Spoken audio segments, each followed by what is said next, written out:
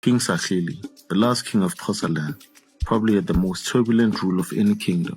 His father, King Ka-Hintsa, ruled before him but was assassinated by the British in 1835. Conflict had arisen as colonial powers sought to capture Xhosaland through agreements, violence, and political alliances. He ruled over the Ka-Hintsa tribe, which was one of the major Xhosa tribes that held significant power and influence. During his rule, he engaged in battle with the Sotho and the Tembu people, but faced defeats and retreats. Eventually, Sarhili seized Tembuland and established his great place at Ka-Hintsa, the capital of Xhosaland. While facing conflicts with colonialists, he managed to bring some degree of unity to the Xhosa nation. He committed resources to conflicts such as the wars of 1846-47 and 1850-53, displaying his determination to protect his people's sovereignty. However, his luck changed when he learned of Nongqawusa's prophecy. Sarhili believed in this prophecy and ordered the killing of his own cattle.